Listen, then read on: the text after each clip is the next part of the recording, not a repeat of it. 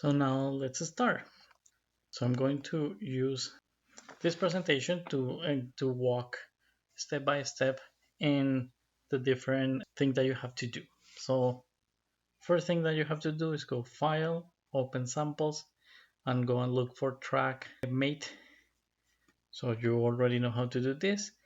So go File, Open Samples here. And this one you are not going to be able to see it. It's here below. So let me see if I can show it to you. File, Open Samples. And yes, it's in the lower part of your screen. You will find this. And here you can see that I open again this one. Yeah, but we just need one, so very easy. Next step. Now we're going to open the software, and how we do it, we go to Plugins, Tracking, TrackMate. So let's do it. So Plugins, you go to Tracking, and then you go to TrackMate. Be very careful, don't go to the other ones. There are different ways to track objects, and some of them could be very useful. Some of them will be useful for specific cases. In this case, we're going to learn how to use this one. Okay, so this box appear. I'm going to put it here, and I want that we go to the next step. In this case, now we have the start panel. You can read the information about the start panel, and here you can save the thing that you have done, and this will be important. Every time that you set up all the parameters, you have to press next. In this one, in the start panel, in this section, you have to add to calibrate your image. So here you will have, for example, how often take place your image. In this case, we are not going to set up that. Here you can also you need to have your scale bar to know exactly how to calibrate your image. As I said here, for this example, there is no need to set a scale. It's just that you learn how the software use. And for the first time, we're going to press next to go to step forward. Okay, so next. In the step 1.5, you can see here you can go to the LOG director, and we're going to change it to a DOG detector. Here you can read the explanation. It's about the algorithm that we're going to use. So here, DOG, and there are options that later we might learn if this is important for your project or you want to apply it in some way. So now I go next. And now we move to the 1.6, the detector configuration panel. And here you find the explanation. But this one here in red, I show you that is to estimate the diameter of the dots that you're going to use it. So here I suggest that you can use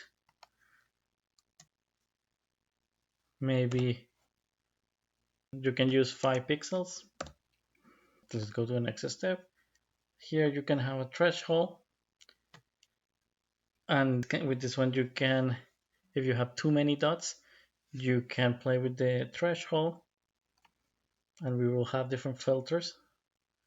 And if you have too many dots, you can go here in preview, and you can see that it's detecting a lot of things, yeah, but it's detecting your dots. So, and look what happened when we click 3, detecting many small dots. And what happened if you have 20? So the dots will be much bigger, but we will miss some of them. So let's start with 5.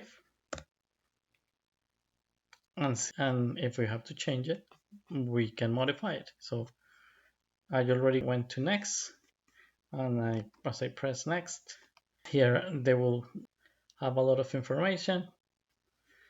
And here they will give you all the information that is processing. And if you're happy with the segmentation parameters, you can go next. So I'll just go to 1.8. To initial spot filtering, here they can filter using different parameters. And here you can just press auto and it will help you to do it. And later, if we need to change those parameters, we can modify it. But now we can go again and press next. Okay, now let's go to 1.9, and here we can have a selecting view, and here you have to go to an hyperstack displayer. In the hyperstack, if you change it to 3D viewer, is when you have 3D movies. In this case, it's only 2 dimensions, so you can continue in this one. So we press next. Here we went to the 1.10 is the spot filtering, and here you can have the different filters. So you will see that they will start appearing here. Here you can add the filters, here you can remove the filters, and depending on your image you can pick different filters like the x-axis, y-axis, frame. So for example, if you want that things only appear in the first images, or things that appear only to in the left part of your image in the x-axis, or in the area below of the y-axis, so you can play with that. Here, as you can see, is detecting the dots. However, we are missing this one. Maybe we will see if we can find a way to detect it. If not, we will have to maybe modify a little bit the data so it's so for detected. Here you can have estimated diameter, and with the estimated diameter you can see it will give you the colors of the different diameters. So let's, if you see estimated diameter, here you have the dots that have been detected have sizes between 2 and 9 pixels. Most of them are blue, so they are 2 pixels, and they don't change a lot in color. You can also have, for example, the intensity. So the ones have a low intensity will be in blue, and the one that have a high intensity will be in red. So look, this one in yellow has a relatively high intensity. And here you can add as I said before, the different filters. So here, for example, you have quality here. So let's have the frame. So look, if I move this one, here you will detect all of them. If I start removing, there will be only at the end of the movie they will appear. Yeah, this is the end. However, look, if I remove it from here, the beginning of the movie, there will be nothing, and if I put it, they can go back. So in this way I can choose what are the right spots that I need, and I can do that not only with the frame, I can do it with the radius, I can do it in the x-axis, in the y-axis. In this one, in this case, it's only 2 dimensions, so it's not going to work, and you can play with that. Yeah, in this case it's relatively simple. I'm going to add all of them, and as you can see, most of them are there. The only one, this one and this one, are not working very well. We will see if we can solve that problem by adding different filters.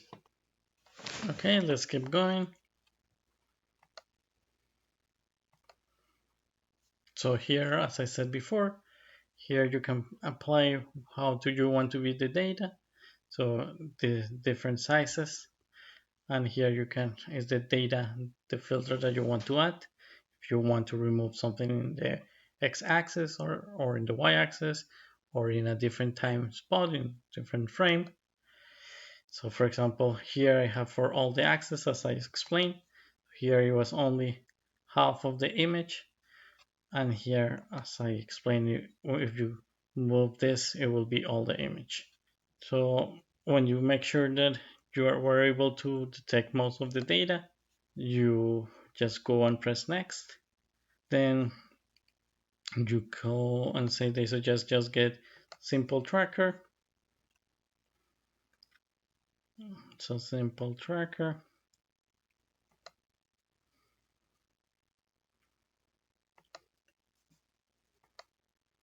And here in the 1.12, they suggest to keep 15.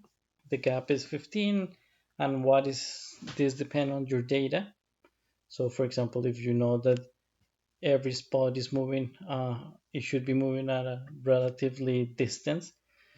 Yeah, if you know, for example, if these were cards, the movement of cars, and you see that there is something that is moving 600 kilometers every per hour, and you say like that car is going too fast, so maybe there will be a problem. And so based on your data you can pick what is the right speed. If for example 600 kilometers per hour could be more an airplane, so you just have to know your data to know what is the knowing distance that they will make the link between spots in the software can judge properly. Okay, so then you go next, and this is the first trajectory that they made, and you can detect that there is different degrees of displacement. This one almost don't move, while the ones from here they move a lot, or at least much more. Now you go, okay, so now you go next,